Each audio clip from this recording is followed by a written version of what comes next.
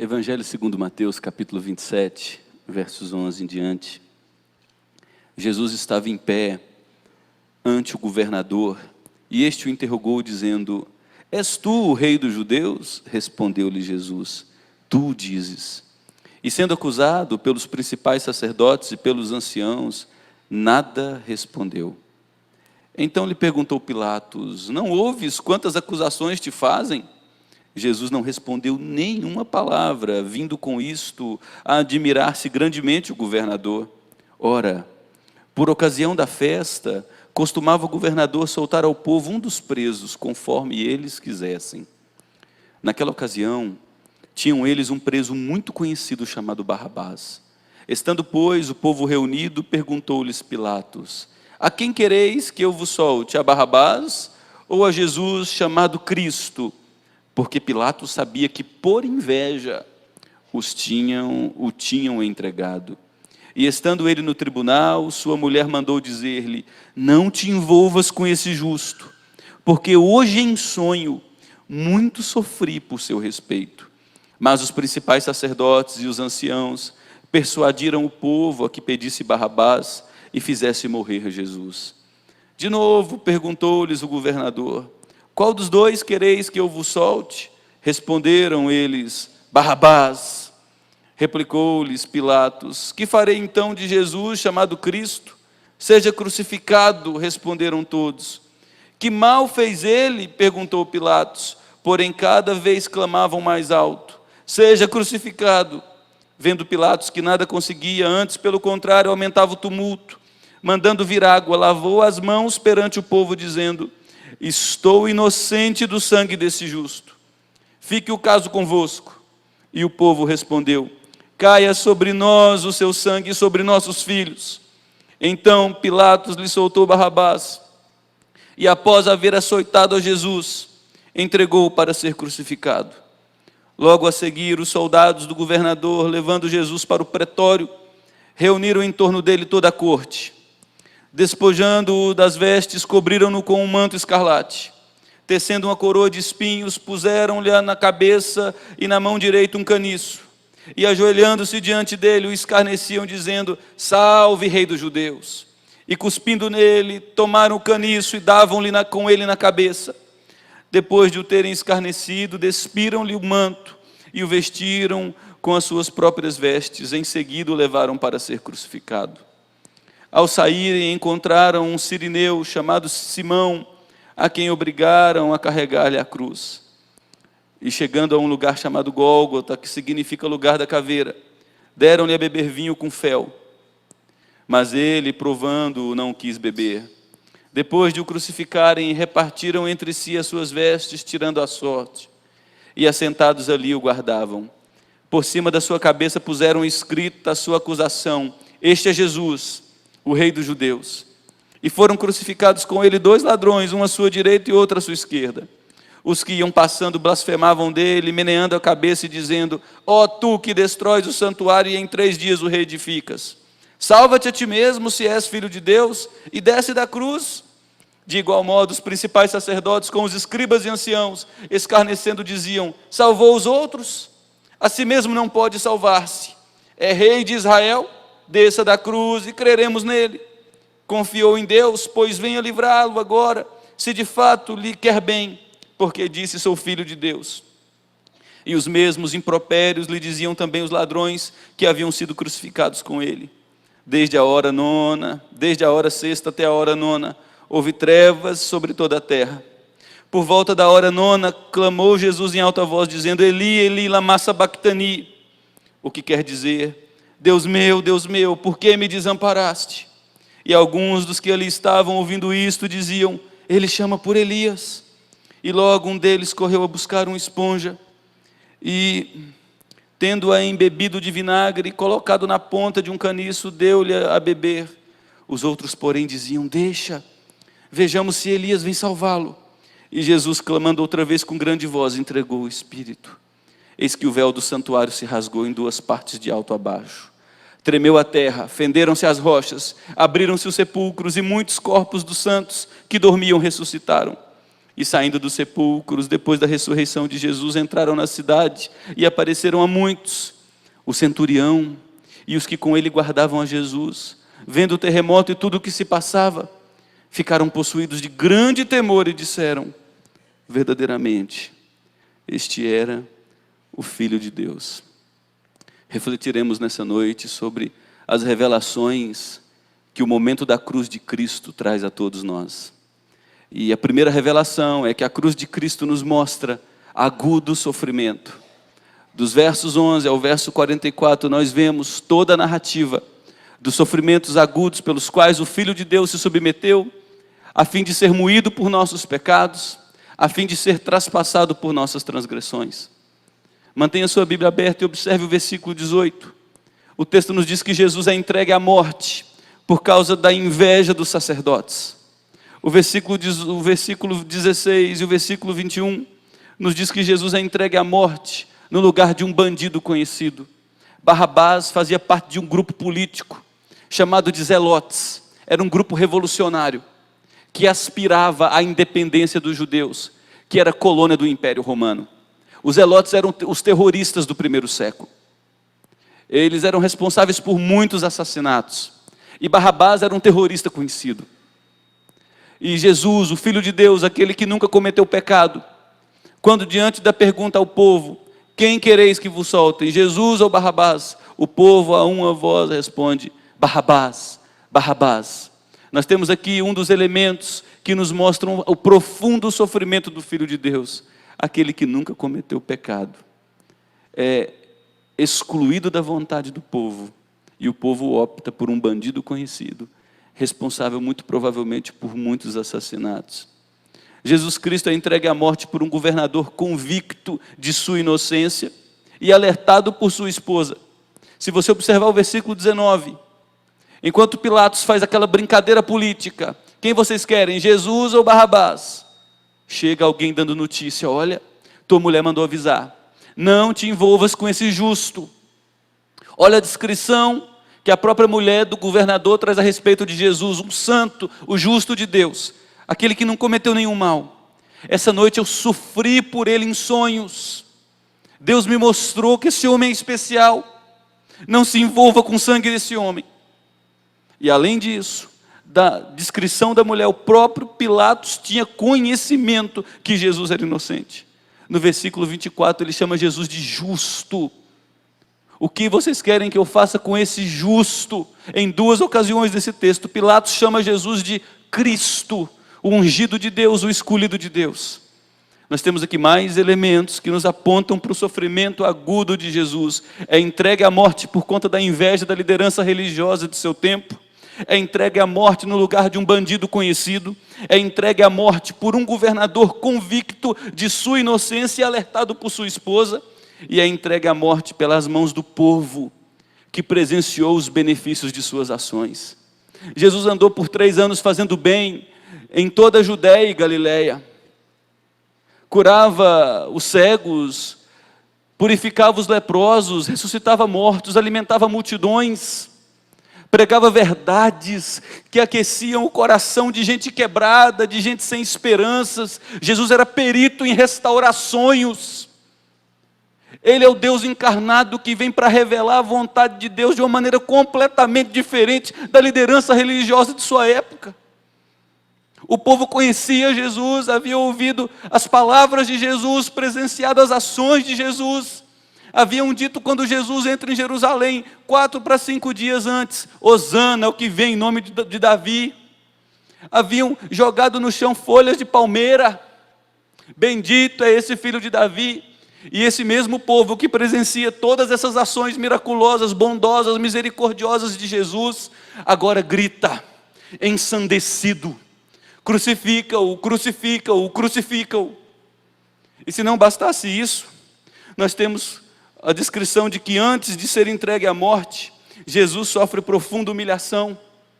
Dos versos 26 até o verso 44, Jesus agora, uma vez que Pilatos lava as mãos e diz: eu sou inocente do sangue desse homem. Inocente coisa nenhuma.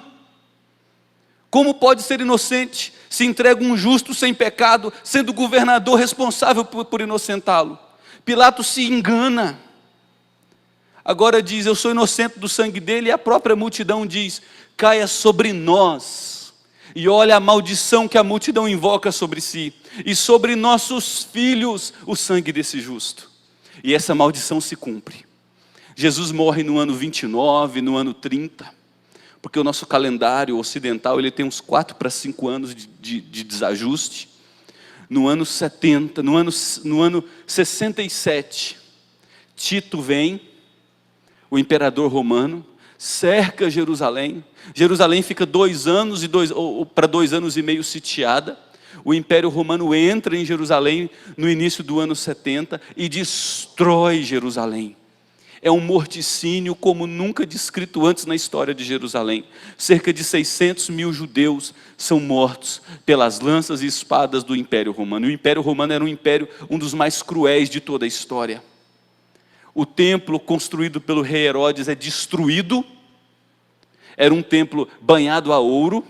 Os soldados romanos pegam ferramentas e raspam o ouro de todas as pedras do templo construído por Herodes, e a profecia de Jesus se cumpre. Vê essas pedras, essas construções, não restará pedra sobre pedra, tudo vai para o chão. Caia sobre nós e sobre nossos filhos o sangue desse justo. E o sangue caiu para essa geração já envelhecida e para os filhos que tinham todo o potencial de grande vida. Antes de ser entregue à morte, Jesus vê o povo a quem ele amou fazer escárnio dele. Ele vai para o pretório, dos versos 26 a 44. O pretório é a casa do governador Pilatos. Por isso que Pilatos não pôde ter lavado suas mãos. Ele consentiu com aquele mal. Na casa do governador Pilatos ficava uma corte romana, que era cerca de 10% de um agrupamento de soldados romanos. E esse agrupamento de soldados romanos, talvez composto por 100 homens, pegam aquela ovelha muda, sem defeito, por meio de quem céus e terra foram criados, e começam a escarnecer, a zombar dele impiedosamente. Primeiro fazem-no passar por profunda humilhação, retirando sua roupa. Colocam nele um manto, cor de sangue, envelhecido, talvez com o sangue de suas vítimas anteriores. Colocam uma coroa de espinhos sobre sua cabeça, um caniço em suas mãos, um pedaço de pau, e ajoelhados diante dele, um soldado após outro, começa a zombar. Se não bastasse, se levantam, pegam aquele caniço e começam a dar em sua cabeça. Depois desse episódio, o Evangelho segundo Mateus não nos descreve isso, o Evangelho segundo Lucas já nos dá mais detalhes. Pilatos manda açoitá-lo, e esse açoite romano é terrível. Era uma espécie de uma plataforma de 1 metro para 1,5 metros de altura. O condenado romano era posto sobre esta plataforma. 2 algozes eram colocados, um de um lado e o outro do outro, cada um com um instrumento de tortura chamado azorrague. Azorrague é um pedaço de madeira de 30 centímetros, saía fitas de couro, e essas fitas de couro eram entremeadas com ossos de aves secos, e na ponta placas de chumbo, de maneira que quando um algoz batia de um lado, e ao sair vinha rasgando tudo, dilacerando aquela vítima, para não dar alívio para aquele que sofria, o algoz do outro lado proferiu outro golpe. E foi assim, de um lado e de outro. Sabe-se lá quantas vezes e por quanto tempo, sozinho. Mas antes disso, ele tem que presenciar o líder do seu grupo dizendo, não o conheço, não o conheço, não o conheço. E a última negação de Pedro é com blasfêmia, não conheço esse malfeitor. Jesus já feito um espetáculo humano, sem forças, caquético, é levado para carregar a cruz muito pesada, uma caminhada de 3 quilômetros com a multidão zombando, outros distantes chorando, os discípulos envergonhados, escondidos. Ele não consegue, ele cai inúmeras vezes pelo caminho. Eles pegam um homem da cidade de Cirene, que é uma cidade no Egito, que estava passando por Jerusalém, talvez morasse em Jerusalém já há algum tempo, talvez fosse um homem que trabalhasse com o campo, Eles pegam esse homem e o obrigam a carregar a cruz com Jesus, dá um tipo de suporte. Chega no Calvário, por volta das 9 da manhã, e o episódio do Calvário dura das 9 da manhã às 3 da tarde, são 6 horas de espetáculo, de humilhação, de dor e de agonia. Das 9 da manhã ao meio-dia, Jesus posto na cruz, por 3 horas, é objeto de absoluta zombaria humana. Aqueles que vão passando vão dizendo: você não é aquele que disse que destruiria o templo e em 3 dias o reergueria? Desça da cruz para a gente crer. O evangelista segundo Mateus nos diz que as pessoas passavam, cuspiam no chão. Nada pode ser mais humilhante para um judeu do que alguém cuspir em sua direção. Está dizendo: você não vale nada, você é pior que um verme diante dos meus olhos. É isso que as pessoas comunicavam a Jesus. Aquele que, quando chegou à cidade de Jerusalém, olhou para ela e chorou. Chorou e disse: Jerusalém, Jerusalém, quantas vezes eu quis ajuntar vocês debaixo dos meus braços, como a galinha junta os seus pintinhos, mas vocês não quiseram. Eu mandei profetas ao longo do Antigo Testamento, vocês assassinaram, feriram a espada, cerraram ao meio. Quantas vezes o meu amor se manifestou a vocês? A cruz de Cristo nos revela um agudo sofrimento do Filho de Deus. Por que isso foi necessário? Porque, num certo sentido, só a cruz não era suficiente. Ele precisava passar por toda a angústia antes da cruz em nosso lugar, a fim de ser feito homem em identidade absoluta com a nossa humanidade, sentir as nossas dores e receber a punição de Deus sobre o nosso pecado. Jesus passa tudo pelo que passa, para Ele ser o nosso fiel substituto. Ele vai até o matadouro, até a cruz, voluntariamente. Ele poderia ter abrido mão disso em qualquer momento. Diante do interrogatório com o governador Pilatos, Pilatos diz: você não sabe que eu tenho autoridade para te libertar? Jesus disse: se eu quisesse, eu pediria ao meu Pai, e nesse momento meu Pai mandaria legião de anjos. Se com um anjo Deus matou 185 mil soldados do exército assírio, imagina o que Deus faria com uma legião. Mas Jesus não usa de sua prerrogativa, Ele se submete ao Pai, porque Ele sabia que o Filho do Homem não veio para ser servido, mas para servir e dar a sua vida em resgate de muito. Os nossos pecados são tão sérios, e fala-se tão pouco sobre isso, que fazem absoluta separação entre nós e Deus. Nós somos uma geração alienada por entretenimento fútil, uma geração que banaliza as Escrituras, embora tenha as Escrituras em tantas linguagens, em tantas traduções, e tão pouco piedosa. Veja o quanto o nosso pecado é sério. Nós sabemos que na intimidade nós somos antagônicos a Deus, refratários a Deus, nós somos opositores de Deus, não temos desejos naturais em direção a Deus, não nos esforçamos o necessário para desenvolver a nossa fé como poderíamos, temos outras prioridades, temos outras agendas. Note o quanto o pecado é algo sério. Hoje eu li um trecho de um artigo do David Carson. Ele disse: o nosso problema não é econômico, senão Deus teria mandado um expert em economia. Nosso problema não é político, senão Deus teria mandado alguém perito em política. O nosso problema é pecado, e por isso Deus faz o impossível para os homens. Ele envia o seu Filho, nascido de mulher, sem pecado, para receber sobre si a maldição da nossa miséria. Ele precisa passar por tudo isso, para se cumprir a profecia que a respeito dele dizia: ele será levado ao matadouro, como ovelha muda, que não abrirá a sua boca, e será traspassado por nossas transgressões, e moído por nossas iniquidades. Mas não só isso, a cruz de Cristo também nos revela o peso do juízo de Deus sobre nós. Note os versículos 45 a 49. Esses versos me assustam. Esses versos devem causar em nós um impacto, porque o texto diz que da hora sexta à hora nona houve trevas sobre toda a terra. Sabe o que é isso, meus irmãos? De meio-dia às 3 da tarde, às 6 da manhã, o céu nasce limpo, sem nuvens. O Filho de Deus passa uma agonia infernal de humilhação. Às 8h20 da manhã começa a sua tortura em direção ao Gólgota, que significa lugar de caveira, porque tem um formato de uma caveira. Das 9 da manhã às 9 da manhã é pendurado, e das 9 da manhã ao meio-dia ele é humilhado. De repente, meio-dia, sem previsão de chuva, sem previsão de vento, sem nada, o céu se cala.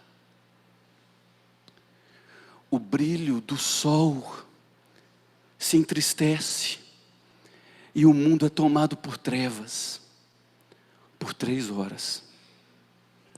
Olho nenhum podia ver, língua nenhuma conseguiria descrever o agudo sofrimento do Filho de Deus pelos nossos pecados.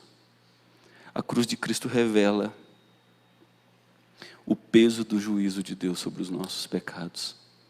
Na cruz, Jesus brada: Eli, Eli, lama sabachthani. É uma expressão em aramaico, porque Jesus não falava o grego, ele falava o aramaico, era a língua corrente de sua época. O Império Romano dominava o planeta conhecido. A filosofia grega era muito importante no Império Romano. A língua do Império Romano era o latim, mas a língua comum na região da Judéia era o aramaico. Jesus falava o aramaico, e ele diz: Eli, Eli, lama sabachthani. E Mateus traduz para nós. Jesus está dizendo: Deus meu, por que me desamparaste? Com isso, Jesus está cumprindo a profecia do Salmo 22. Porque no Salmo 22 nós vemos um homem que é cercado de malfeitores, tem suas vestes repartidas, e ele começa o Salmo dizendo: Deus meu, o Senhor me desamparou. Jesus sabe que foi feito por Deus maldição em nosso lugar. Jesus sabe que foi feito para todo o exército celestial, anjos e principados, um espetáculo público. Jesus foi abandonado pelo próprio Pai. Paulo explica isso em 2 Coríntios 5, versículo 17, nos dizendo que na cruz, Deus estava em Cristo reconciliando consigo o mundo. O sofrimento era infernal, era indizível. Nós nunca conseguiremos compreender a angústia de Jesus nessas 3 horas de trevas que cercaram o mundo. Densas trevas, solidão, eu estou sozinho. Olha só, a Bíblia, irmãos e irmãs, nos fala de uma verdade gloriosa chamada verdade da Trindade. A Trindade existe um Deus que subsiste em 3 pessoas. Nós não adoramos 3 deuses. Deus Pai, Deus Filho e Deus Espírito Santo. Mas é apenas um Deus. Inseparáveis, que por toda a eternidade se amam, se completam. Mas nesse momento, um milagre incompreensível acontece. Jesus é abandonado pelo Pai e ele sente todo o peso da ira de Deus, que antes infinitamente o amava, agora infinitamente o odeia. Meu Deus, como compreender isso? Naquele momento Jesus estava recebendo sobre si todo o nosso inferno, para que aqueles que nele creem não precisem mais experimentar o inferno. A cruz de Cristo revela o quanto o nosso pecado é sério e o quanto o amor de Deus é profundo para ir até o problema principal e resolver. E por fim, a cruz de Cristo nos revela a libertação do poder desse pecado. E também nos revela as possibilidades de novos começos. Se você observar o versículo 50 de Mateus 27, o texto nos diz que Jesus, gritando de novo, ele entrega o Espírito, ele morre. João capítulo 19, versículo 30, nos diz que Jesus clama a Deus, dizendo: está consumado, e morre. Essas 2 palavras, como foram traduzidas na nossa Bíblia, está consumado, no Novo Testamento original é apenas uma palavra, e muitos aqui conhecem, mas não custa nada relembrar. A palavra é tetelestai no grego. Tetelestai. Tetelestai significa mais ou menos o seguinte: imagine o primeiro século romano, as várias cidades, como Anápolis. Em vários bairros tem suas feiras ao ar livre em vários dias da semana. Nas feiras ao ar livre vende-se de tudo. E no primeiro século vendia-se, inclusive, seres humanos como escravos. Suponhamos que o Nadim seja um escravo do Weile. E eu pergunte ao Weile: Weile, quanto você quer pelo Nadim? Está coradinho, né? Bem tratado, os dentes bonitos. Ainda dá para puxar uns arados para mim. E o Eli me deu um valor. Eu quero 100 mil por esse escravo. Valorizei bem ele. Hein? E eu, querendo muito o Nadim, eu pago o valor ao Eli. O Eli me dá um papel, que a gente conhece como nota fiscal.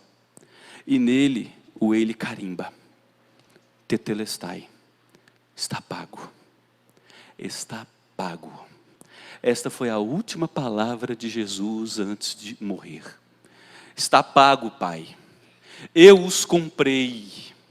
O sangue é o preço do perdão. Eles não lhe devem mais nada. Eu recebi até a última gota todo o cálice de sua ira. Eu experimentei todas as angústias do inferno, Pai, para que não haja mais inferno sobre eles. Tetelestai, eles não te devem mais nada, Pai. Eles são perdoados, Pai, eles agora são meus. Eles agora serão inseridos à tua família de fé. Eles agora se tornarão teus filhos. Eles se tornarão meus amigos. Tetelestai, não te devem mais nada, Pai. Olha o que Cristo fez por nós, meus irmãos. E a gente colocando esperança em partido A, partido B, para ver se melhora a economia, para ver se a gente se sente feliz. Pelo amor de Deus. Estou insatisfeito porque meu carro está velho, está quebrando toda hora. Eu vou ser feliz quando eu conseguir entrar no mais novo. Por favor. Tem tanto banquete. Tetelestai, está pago. Perdão. Infinito perdão, completo perdão, pleno perdão, livre acesso à mesa de Deus, onde já está posta toda a refeição abundante da graça, do sustento, da alegria, do contentamento.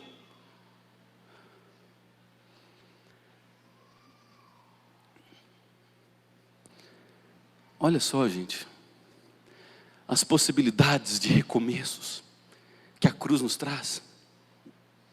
Meu Deus, se você observar o versículo 51 em diante, o texto diz que o véu do templo é rasgado de alto a baixo. O véu do templo dividia o santo lugar do santo dos santos, media, pasmem, 18 metros de altura, 13 metros de largura, e de 12 a 14 centímetros de espessura. O véu no templo, em todo o Antigo Testamento, representava a separação de Deus do ser humano. E que o ser humano só poderia alcançar a Deus através de um sumo sacerdote que oferecia sacrifícios todo ano. E agora o véu do templo se rasga de alto a baixo. Jesus está dizendo que por meio de sua obra, nós agora temos livre acesso a Deus. Não precisamos mais de mediadores, não precisamos de apóstolos, bispos, pastores, quem quer que seja, profetas, profetisas, novas revelações, gurus, para nos conectar a Deus. Nós podemos conhecer a vontade dEle, porque através de sua obra completa e fiel, Jesus nos garantiu livre acesso a Deus.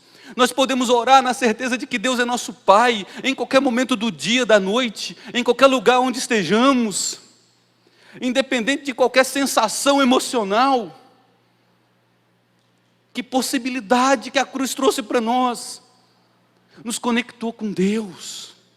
Quando a gente vem cultuar a Deus, nós chegamos aqui nessa noite como a comunidade dos remidos, a igreja dos salvos. Não viemos assistir um espetáculo, não viemos sentir algo melhor por meio de um coaching gospel. Nós viemos aqui como santos que agora têm livre acesso a Deus, oferecer nossas vidas em sacrifício vivo a Deus. E nós sairemos daqui e viveremos de segunda ao próximo domingo, enfrentando as batalhas, na certeza de que o sangue de Jesus nos purificou de todo o pecado, e de que podemos conhecê-lo quando oramos, quando abrimos sua palavra, quando nos reunimos com os santos em adoração. Nós temos livre acesso a Deus. Você tem livre acesso a Deus. Na hora da angústia, do gemido, do luto, do desespero, Deus está com você. Na hora da alegria efusiva, Deus está com você, Ele é a fonte dessa alegria. O texto segue dizendo que a terra tremeu, e as rochas se fenderam. Olha o que diz no final do verso 51. A ordem cósmica foi abalada. O universo nunca mais será o mesmo. O pecado não tem mais domínio. O peso da lei que nos tornava culpados diante de Deus, porque diante de Deus todos são pecadores, porque todos quebram a lei. O peso da lei foi destruído porque Jesus obedeceu à lei, nos libertou. A ordem cósmica nunca mais foi a mesma. Jesus enviou o seu Espírito que habitou na igreja. Imperadores se levantaram, assassinaram dezenas de milhões de cristãos ao longo da história, e a igreja de Jesus continua a crescer. Bíblias foram queimadas, templos incendiados, pastores aprisionados, crentes martirizados, mas a igreja de Jesus continua a crescer em vitória, porque as portas do inferno não prevalecerão sobre ela por conta da obra fiel de Jesus. E a gente às vezes se comporta com a timidez, com a passividade, com o medo, parecendo que nós estamos na defensiva. Fomos feitos filhos, sacerdotes reais, nação santa, povo de propriedade exclusiva de Deus, que pode agora com ousadia viver a plenitude dessa nova vida em Cristo Jesus e proclamar. E se tivermos que perder nossa vida por vivermos assim, sabemos que a coroa da justiça nos está reservada, e o Senhor reto juízo colocará ela em nossa cabeça, em sinônimo de vitória. A cruz de Cristo garantiu, gente, a ressurreição dos mortos. Olha aí, por favor, o versículo 52 e 53. Os túmulos se abrem. De um lado, morte, céu em trevas, noite, dia negro. Do outro lado, esperança. Os enlutados voltam a celebrar. As viúvas voltam a sorrir. Os pais voltam a abraçar os filhos que foram perdidos. E com isso Deus está dizendo: agora a ordem que reinará para aqueles que estão em Cristo é a da vida. E aqui se cumpre as palavras de Jesus a Maria: eu sou a ressurreição e a vida. Aquele que crê em mim, ainda que morra, viverá para todo sempre. Quem crê em mim, nunca morrerá eternamente. Vida, vida e vida. Nós somos os cidadãos da vida, por isso é um contrassenso você encontrar um crente que diz: eu tenho medo da morte. Eu temo a morte, eu não quero que a morte chegue para mim, porque eu tenho uma esposa que eu amo, eu tenho filhos. Um filho no início da juventude que eu quero ver se formar, eu sonho para se dar bem na vida, construir sua família. Eu tenho filhas que eu quero que cresçam, eu tenho amigos que eu amo, que eu quero desfrutar dessa amizade. Mas eu não temo mais a morte. Eu não temo mais o amanhã, porque eu sei qual é o meu amanhã. Nós somos os cidadãos da viva esperança em Cristo Jesus. É como aconteceu com Martin Lloyd Jones, o grande teólogo do primeiro século, da primeira metade do século passado. Escreveu pouco mais de uma centena de livros. Pastor amado por mais de 35 anos em sua igreja. Uma pregação bíblica profunda, mas simples e fiel.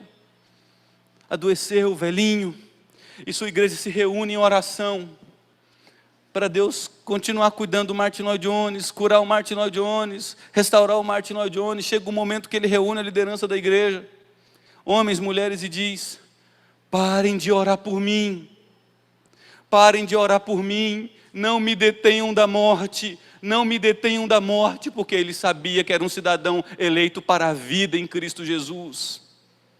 Esperança. Os sofrimentos do tempo presente em sua vida não podem ser comparados com a glória que será revelada pela manifestação de Cristo Jesus. Os seus breves e momentâneos sofrimentos produzirão para você um peso de glória inimaginável. Você é um cidadão da vida e da vida eterna. E essa narrativa é concluída no versículo 54, pela testificação de nada mais, nada menos que o algoz de Jesus, o responsável por seu martírio, seu assassinato, com os outros soldados que o crucificaram, diante do céu em trevas, os temores da terra. A cidade era pequena, talvez o cemitério ficasse lá perto, vendo as manifestações de gente morta aparecendo, talvez vizinhos, parentes, agora constatam: esse homem é o Filho de Deus. Esse homem que nós assassinamos é a vida que se fez carne para nos encher de vida para todo sempre. É o amparo para o cansado, é a esperança para o triste, é a alegria para aquele que desistiu de si, é o conforto para o desanimado, é a causa das nossas vitórias e é o responsável por chegarmos até o fim em segurança. Nós chegaremos até o fim em segurança, porque quem realizou toda a obra fiel foi o Filho de Deus. Este é verdadeiramente o Filho de Deus. Reafirme em Jesus sua esperança. Renove sua força para realocar uma agenda louca, neurótica, e redirecioná-la para conhecer a Jesus, o Filho de Deus. O homem, quando encontra um tesouro, essa foi a parábola contada por Jesus. Ele volta para casa em silêncio, não conta nem para a mulher, vende tudo o que tem. Os vizinhos, a mulher vão dizer para ele: você é louco, você é bem sucedido, você é um homem de reputação social, você é membro de tal instituição de envergadura na cidade, você pertence a partido político tal, você é celebrado, você ficou louco, está se desfazendo de tudo. Aí Jesus disse que aquele homem, depois que vendeu tudo, vem agora e compra aquele campo onde está o tesouro, porque ele encontrou aquilo que nada dessa vida pode dar, a vida de verdade. Só o Filho de Deus pode dar. Renove sua esperança em Jesus Cristo, cresça diariamente em Jesus Cristo, dependa de Jesus Cristo. Você tem livre acesso a Deus por Jesus Cristo. Vá a Jesus Cristo na hora do desespero. Tribute a Jesus Cristo a causa de suas vitórias. Consagre seu lar a Jesus Cristo, aquele que venceu a morte, para garantir a vida a todos aqueles que estão nele.